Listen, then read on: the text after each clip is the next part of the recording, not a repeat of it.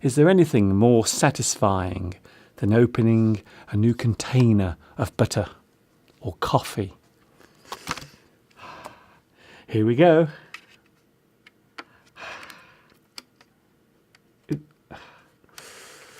One, two, three. Oh. That was a bit disappointing. You know, the world of English is a fun and exciting place to be. I'm so glad you could join me for another lesson.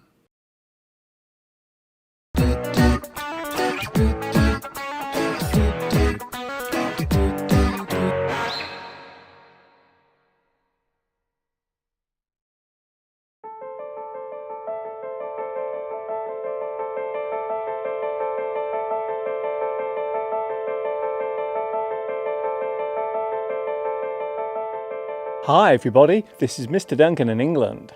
How are you today? Are you okay? I hope so. Are you happy? I hope so. In today's lesson, we are going to look at one of the most fascinating processes to take place in the human body. The thing that helps to make all of us the individuals we are. The place where the experiences we have had and the knowledge we have acquired is stored. It is something that even now we do not fully understand. In today's lesson, we will be discussing the human memory.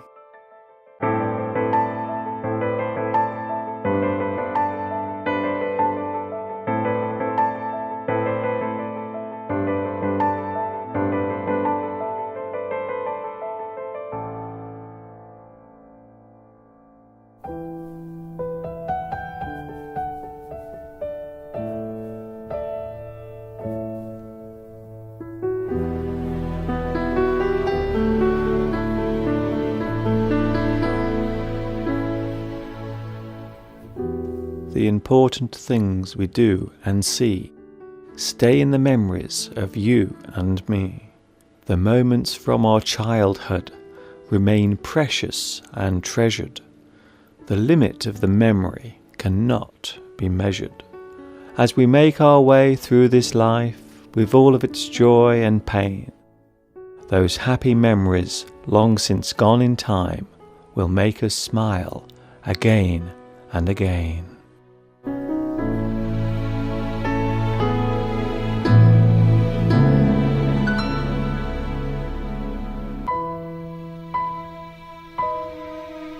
The word memory is a noun that defines the place where information is stored.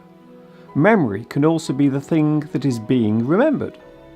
A memory of something is stored in the memory. The action of remembering involves retrieving the information from the memory. Computers have memory, as do humans, although the way they are designed and operate is not quite the same. A stored memory can be anything. Your first kiss, the first time you ever rode a bike, the day your pet goldfish died. All of these significant memories are stored away somewhere up here.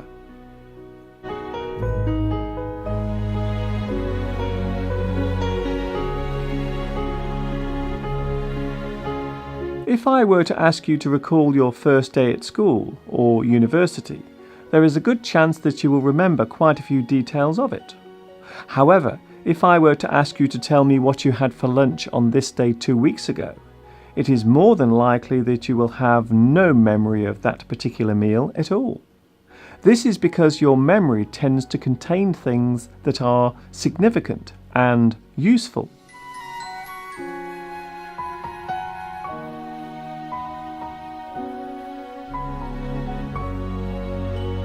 It would be hard to talk about memory without mentioning the place where all the information is stored. The brain. The brain serves many purposes. It processes information from the sensory organs, such as the eyes and ears. It controls movement. It allows us to feel via millions of nerve strands that run through the entire body. The brain controls our breathing and heartbeat without us even being aware of it. All of these functions are controlled by certain parts of the brain. Each part is called a region. When it comes to storing and retrieving information, there is not just one region of the brain responsible for this. It would appear that different regions of the brain collect certain types of information. It is believed that certain types of food are good and bad for the brain. Fatty foods have been linked to certain types of psychological disorder, such as depression. Sugar is good for the brain, but the exact amount is not very clear, as the levels vary over a period of time. Natural oils, such as the ones found in fish, are also supposed to be good for your brain. Did you know that eating a banana every day can also help to keep your brain ticking over nicely?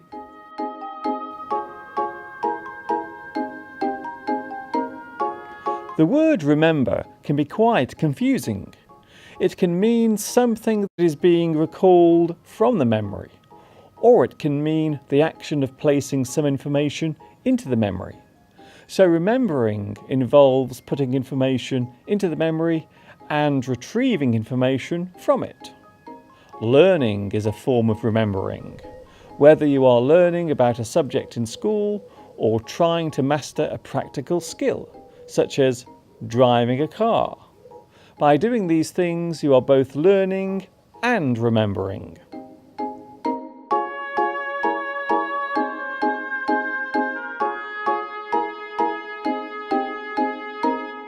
In my previous lesson, I talked about our senses.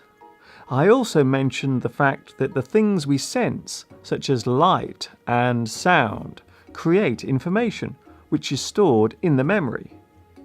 When we see or hear something, the information created passes through the brain.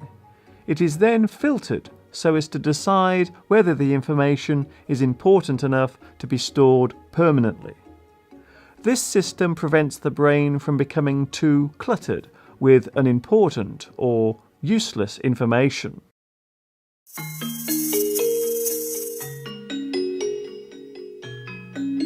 There are many similarities between the way in which the human brain stores information and the computer sitting in front of you now. In computer terms, stored information is called data. A computer stores data electronically in its memory. The brain transmits and stores information in the form of electricity and chemicals. When a piece of information is transmitted in the brain, an electrical pulse travels along a nerve and fires across a gap to a cell. The gap is called a synapse. There are trillions of these synapses in the human brain. The signal carrying the information is then transferred chemically where it attaches itself to the cell. One single brain cell can have thousands of these synaptic connections. The number of cells contained in the brain is constantly changing. As you learn new things, then new cells are created to store the information in. As amazing as it may sound, it is actually possible to change the structure of your brain by learning new things. Recently, it was discovered that even by carrying out a daily task in a slightly different way, it is possible to stimulate the growth of new brain cells.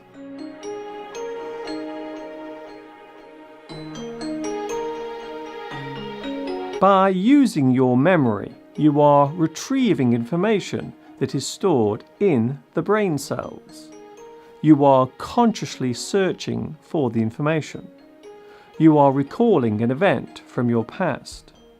You are thinking about something. You are reminiscing. You recall. You think.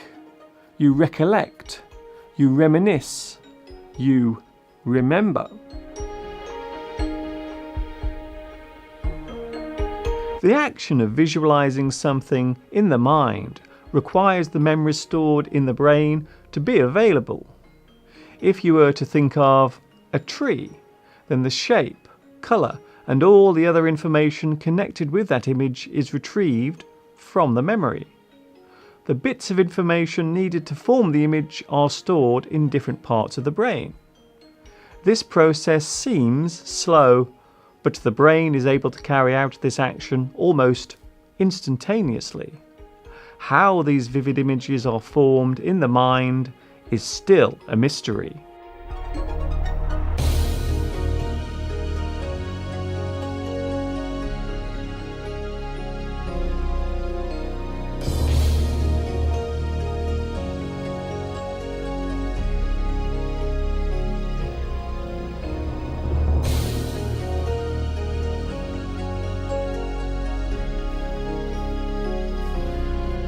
The action of placing information into the memory is not as easy as it might seem. As I have mentioned already, we do not remember every single thing we have experienced. Sometimes getting that new piece of information to stay in the brain is not easy. The age of a person is a significant factor in this process, in that the brain of a child is like a sponge, able to soak up and remember things very easily, while the brain of someone who is much older might find it difficult to keep the information stored and locked in.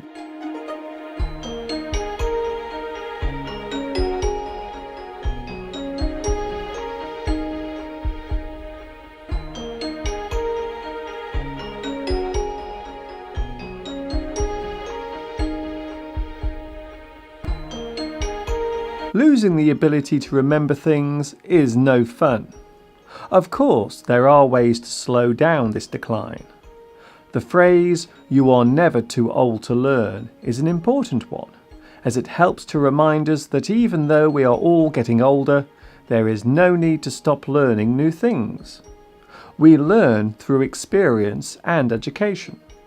These things act like a physical exercise for the brain. So, whether you are 6 or 60, it is possible to keep the brain active and absorbent.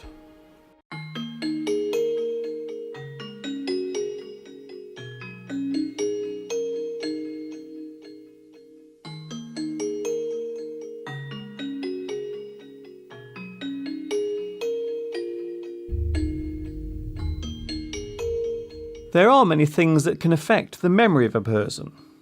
Certain types of drugs, both legal and illegal, can affect the memory.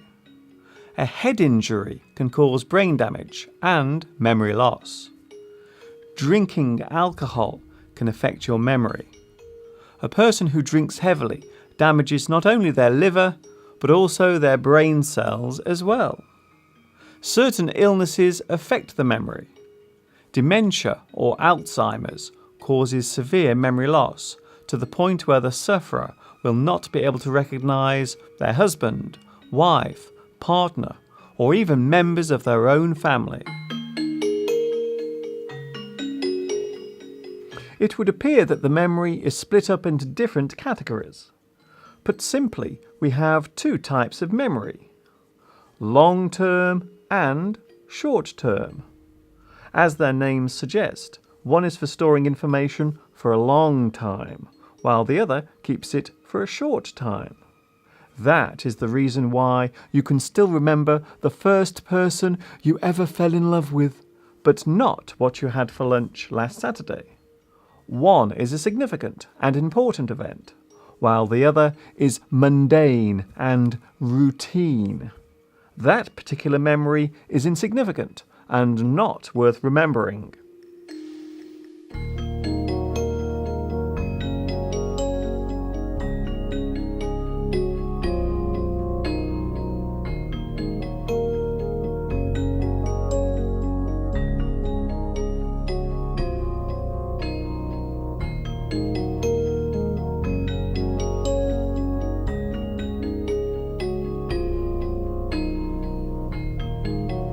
Of course, not all of our stored memories are happy ones.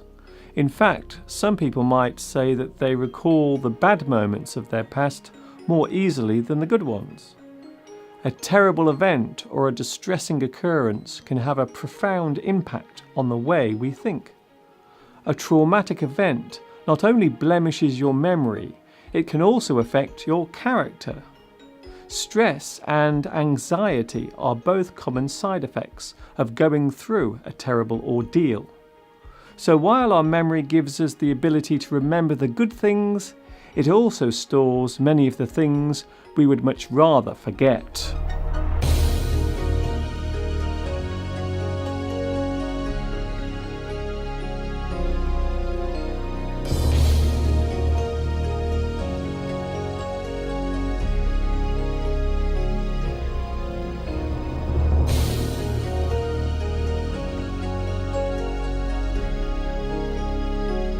It is possible to misremember things. Sometimes we add parts to a memory so as to give it more form. Just because you remember an event does not necessarily mean that's how it actually occurred. It could be an inaccurate memory. Your memory can play tricks on you. Childhood memories tend to be made up of fleeting moments and small events that play in the mind like a short video clip. These distant memories can be happy or sad, good or bad.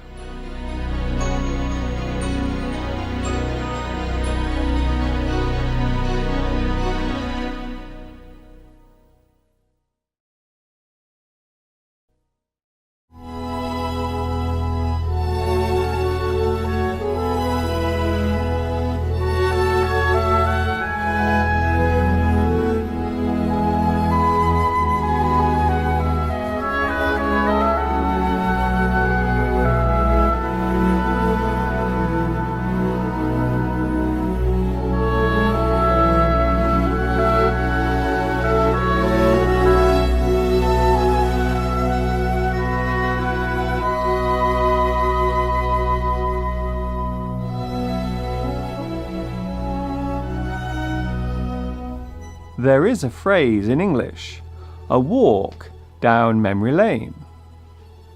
This phrase means that you are spending some time thinking or talking about past events. We spent the whole afternoon down memory lane talking about our school days. You might invite a person to take a stroll down memory lane. This means that you want to talk to them about their past.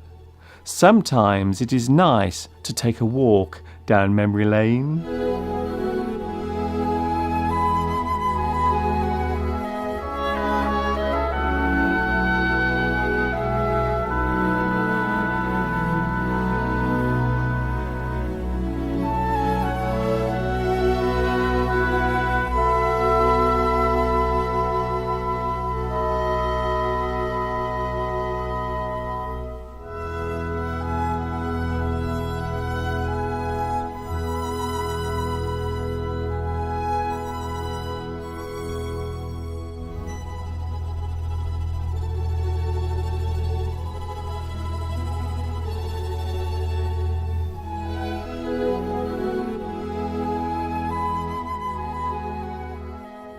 The action of fondly remembering past events can be described as being nostalgic, a nostalgic moment.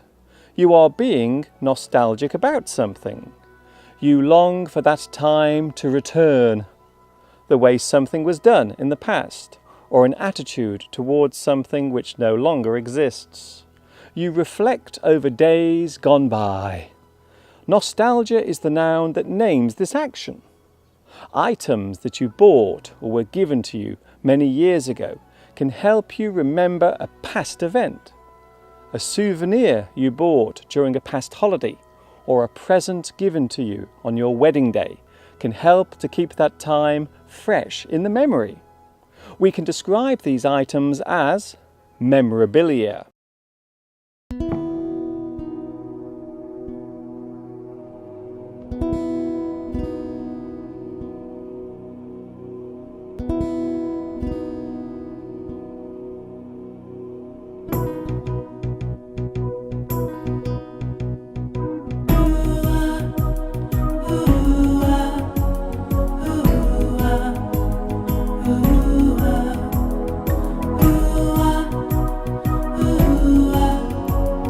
I don't know about you, but I'm always forgetting things.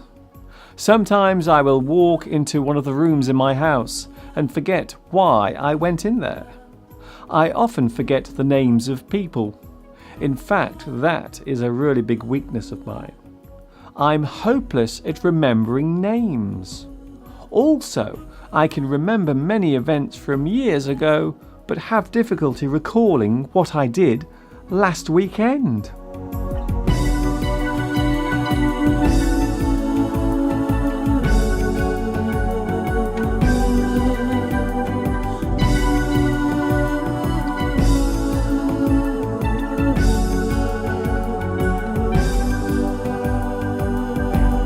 There are ways to help yourself remember something you must do later. You can set an alarm on your mobile phone to remind you. You can write the thing down in your diary for future reference. You can tie something to your finger like a piece of string, so when you see the string, you will hopefully remember the task you must do or the place you should be at. I sometimes forget tasks while I'm actually doing them.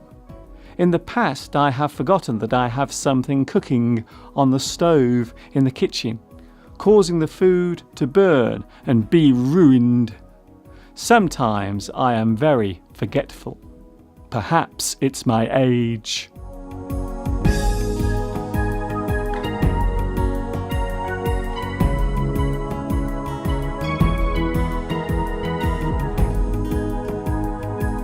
There are many exercises you can do to improve your memory.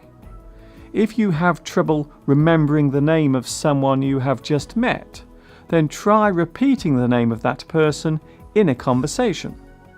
The more you say it, the easier it will be to link the face with the name. When a new memory is created, it is called encoding. The action of learning involves encoding.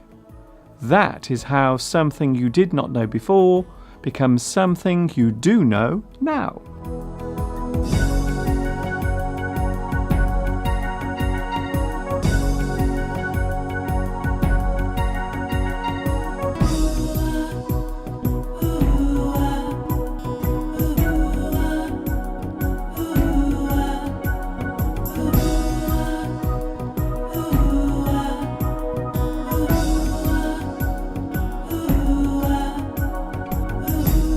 There can be little doubt about the usefulness of repeating things when learning something new.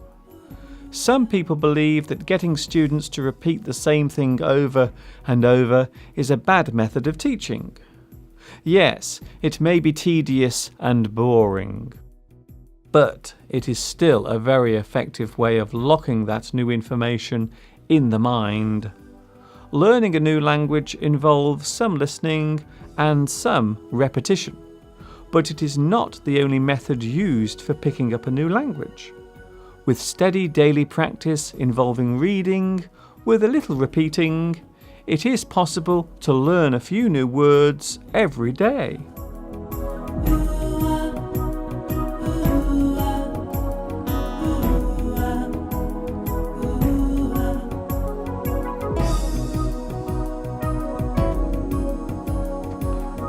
We can describe a person who keeps on forgetting to do things as absent-minded. They often forget appointments, or they come back from the shops without the thing they went there for. An absent-minded person might keep losing things, such as gloves or keys. If we have a lot of things to think about, then we might become absent-minded. A person with a hectic or busy life cannot remember to do everything. They have too much on their plate. They are so busy they cannot think.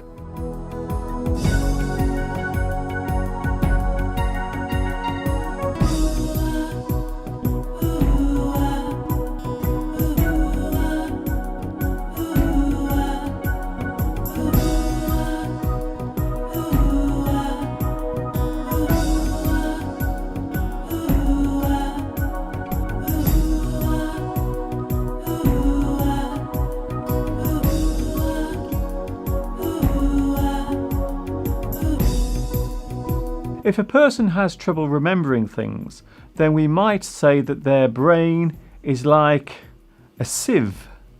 This means that the information goes into their brain and straight back out again, just like putting something through a sieve. I have a brain like a sieve. My brain is like a sieve.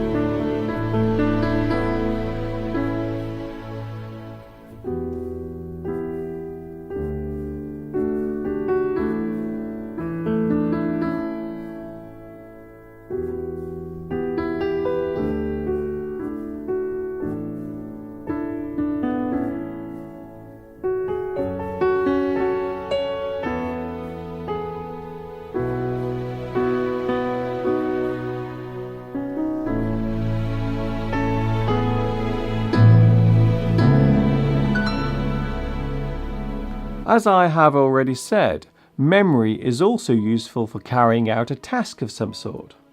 Perhaps you are going to bake a cake. You will need to know how to do it. You may need a recipe book to help you remember what to do.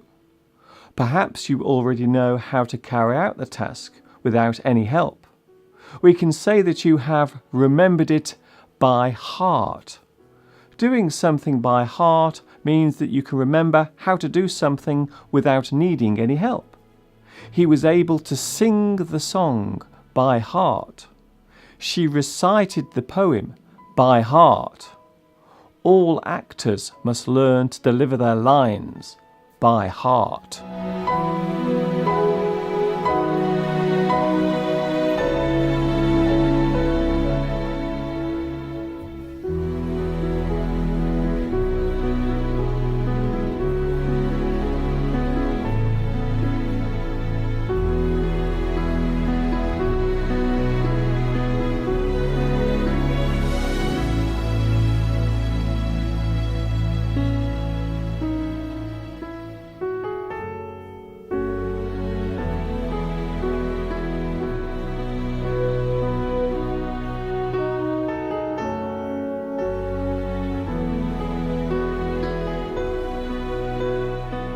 The opposite of remember is forget. If the information is in your memory, then you will be able to remember it. If the information has faded from your memory or disappeared completely, then you will not be able to remember it. The information has gone. You will not be able to recall it, even if you try to remember it. If this is the case, you can say, "My mind is a blank. It's gone.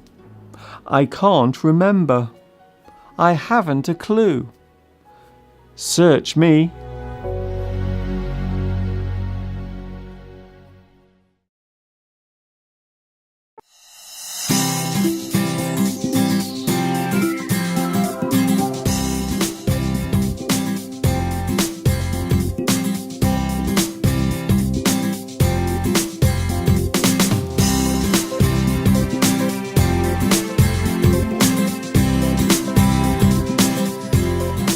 It is worth noting that despite all the things we know about how the brain stores memory, there are still many things we do not understand about it. The brain is such a complex thing that even our own brains cannot fully grasp the way in which it works. Perhaps in the future we will be able to unlock the secrets of just how the brain is able to do all the amazing things it does. Mankind will look back and remember the time when the human memory was still a mysterious thing. That time is now.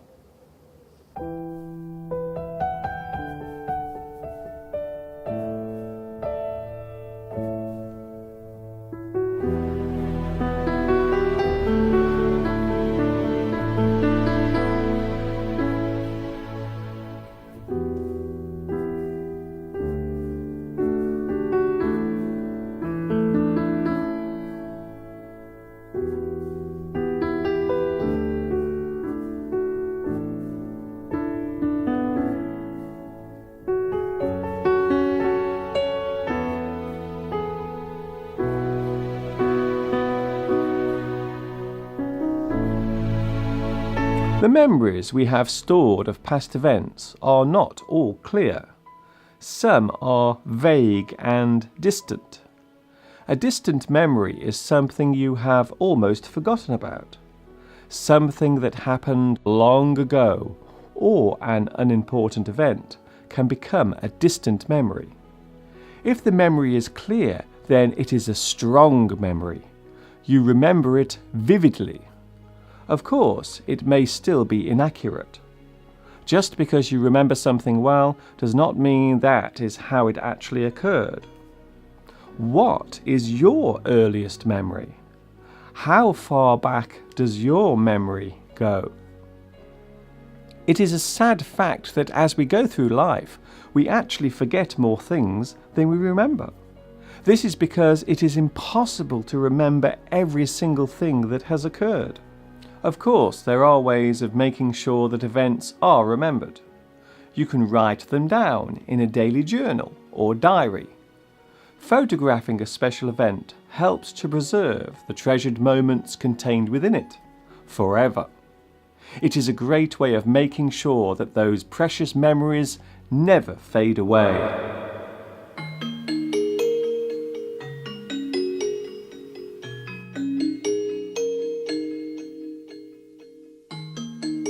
The word memory is a noun that defines the place where information is stored. Your memory tends to contain things that are significant and useful.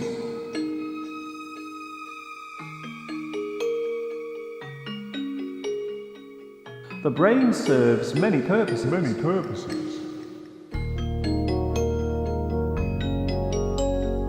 Learning is a form of remembering. The important things we do and see stay in the memories of you and me, you and me, you and me, you and me. Sometimes it is nice to take a walk down memory lane. You and me, you and me, you and me, you and me. As we make our way through this life with all of its joy and pain, those happy memories, long since gone in time, will make us smile again and again. I hope you have enjoyed today's lesson and that it has added a few useful bits of information to your memory. Don't forget to join me again for another lesson very soon. This is Mr. Duncan in England, remembering to say thank you for watching me teaching you. And of course,